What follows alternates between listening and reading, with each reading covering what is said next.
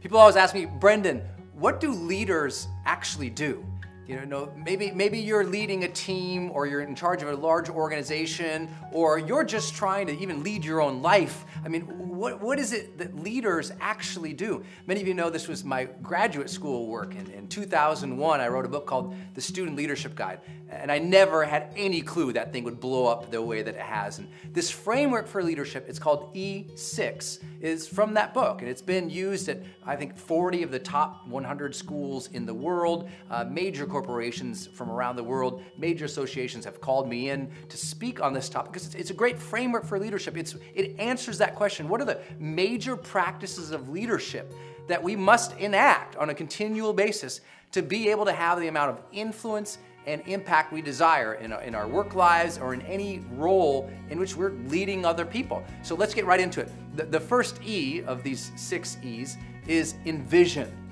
Great leaders envision a compelling and different and vibrant future than what is here. They have an alternative, clear view of what the world could be like tomorrow than it is today, right? They have a shared purpose. They believe that they and others would be compelled by, interested in, inspired by, and want to work towards. And that's a big deal. And you always read about it in leadership, right? You have to have vision. I mean, it's biblical. Where there is no vision, people perish, right? We know the power of having that vision. So you have to sit down, though, and actually do it. The reason we say envision versus just have a vision is you have to sit. It's a practice of envisioning.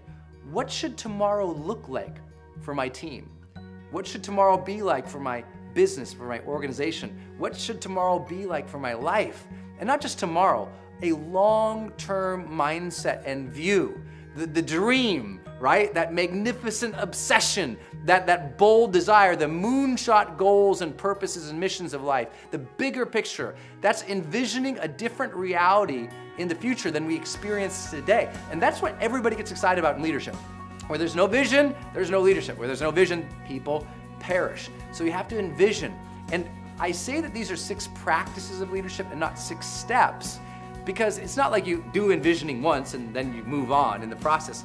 We always have to continually sit down and envision, where are we? Where can we be going? It's an active process. If you set a vision one time and you forget about it, it's not gonna help you accomplish the influence or the impact you want in your lifetime or in those that you lead. The second E here is enlist. As you're developing this vision, it's not just your vision, you're enlisting other people to share their voices, their perspectives, their dreams, their desires for where you could be going. You know, I think that the most important leadership lesson in the world is that people support what they create. If people are involved in the ideation of a vision, they're involved in creating ideas, of brainstorming, of figuring out what is it we are about, what do we stand for, where are we going. Great leaders enlist that from other people. They're constantly asking people what they think, how they feel, what things they desire and need. And it's that enlistment that is always going on. A great leader is always enlisting other people to believe in the dream, to shape the dream, to stay dedicated to the dream. It's an honest and an authentic and a genuine desire to see other people be involved in the process and to enjoy that process. I mean, it's so vital. And that methodology of how do you get people involved in that? You're asking questions. You're paying attention to their needs. You're reflecting back to things that you're hearing. You're always enlisting others to support and to build this vision, this ideal future together. And the third thing that great leaders are always doing is embodying their message. They stand for something. There's a congruence between who they are, the behaviors that they're enacting into the world, how they treat people, what they're working towards, and what they say is important, right? It's just basic line. It's integrity. You know, it's a congruence between what we say we're after and how we are behaving. And there's nothing more important, is there? You know, it's that old message. It's like, you don't believe the message unless you believe the messenger. So as leaders, we have to stand for and demonstrate and show and portray what we are really believing in. I mean, is our team and the people around us seeing us work for it, sweat for it, sacrifice for it, champion it over and over and over again, even when it's hard, even when there's conflict, even when people are pissed, even when people want to quit, are you still there? Do you still stand for it? If you do, you become a legend. Fourth, what we have to move on to is now empowering people. Empowerment means we give people the decision-making authority and the trust to be able to work towards this vision, to allow them the autonomy, the strength, the input, to equip them with the knowledge, the skills, the abilities, the technologies, the tools, the training, to allow them to succeed as they march with us to achieving something extraordinary and phenomenal. That's vital. That's what empowerment is about. And a lot of leaders who come in with a big vision, they get everyone excited, they seem like they want everybody involved, and they do a great job of standing for it, but they don't equip their teams to kick some butt. They never get to that place of real stride, of real momentum. And that happens all the time. Training other people and equipping them with everything they need to succeed has to be a vital practice of every great leader. And again, it doesn't happen just once. That's a huge failure in the working world, especially in corporate America. Great leaders come in, they nail the vision, they get people around it, they stand for something. But they only empower people at the beginning.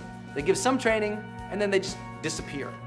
Training has to be consistent, coaching has to be consistent, equipping people to deal with the new challenges, the new tools, the new technologies, the new competitive realities. That's vital. We have to have that in place, right? So we've been doing this practice. We envision a better future. We enlist other people to help shape that vision, to believe in that vision, to support that vision.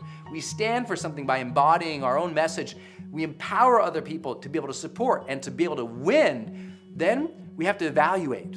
It's one of the hardest things that we do in all of leadership, to evaluate the key people who are with us, their contributions, evaluate their skills, evaluate their needs, and to evaluate the ethics that are going on in our organization, in our team. Are we being excellent and are we being ethical?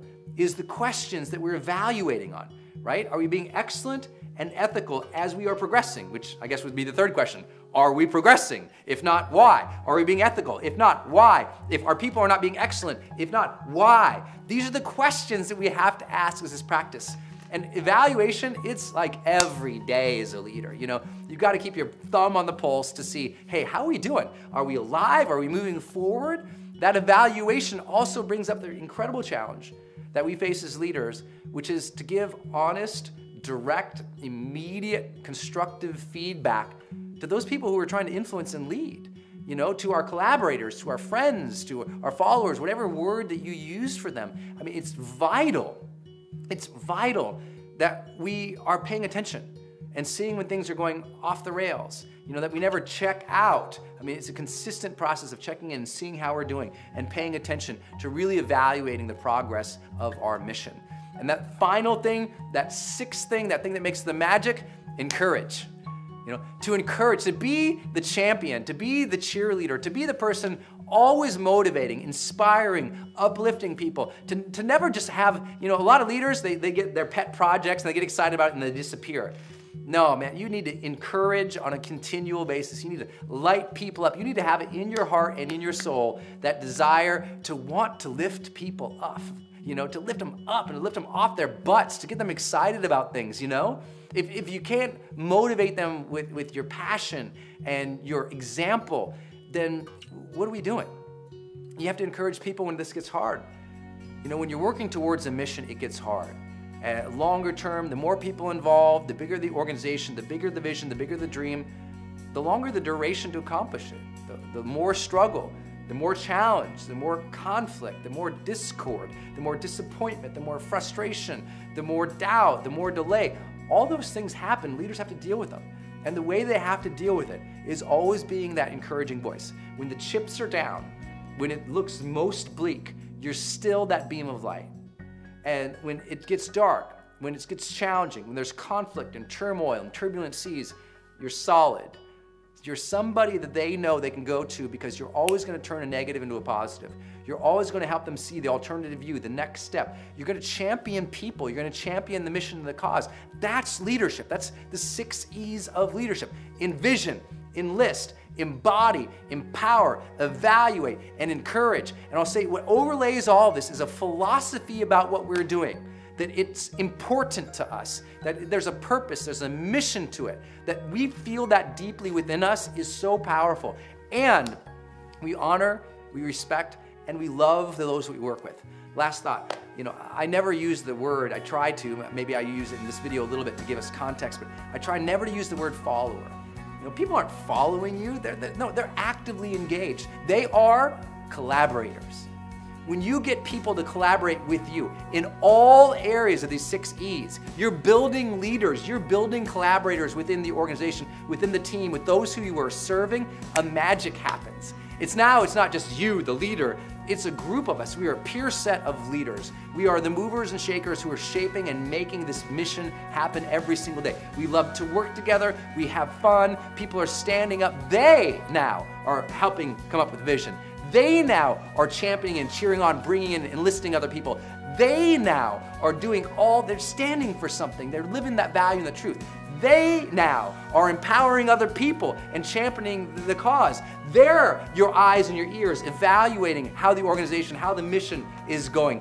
They now are encouraging it so it doesn't just ride on your shoulders. When we do that right, then we have this thing called leadership.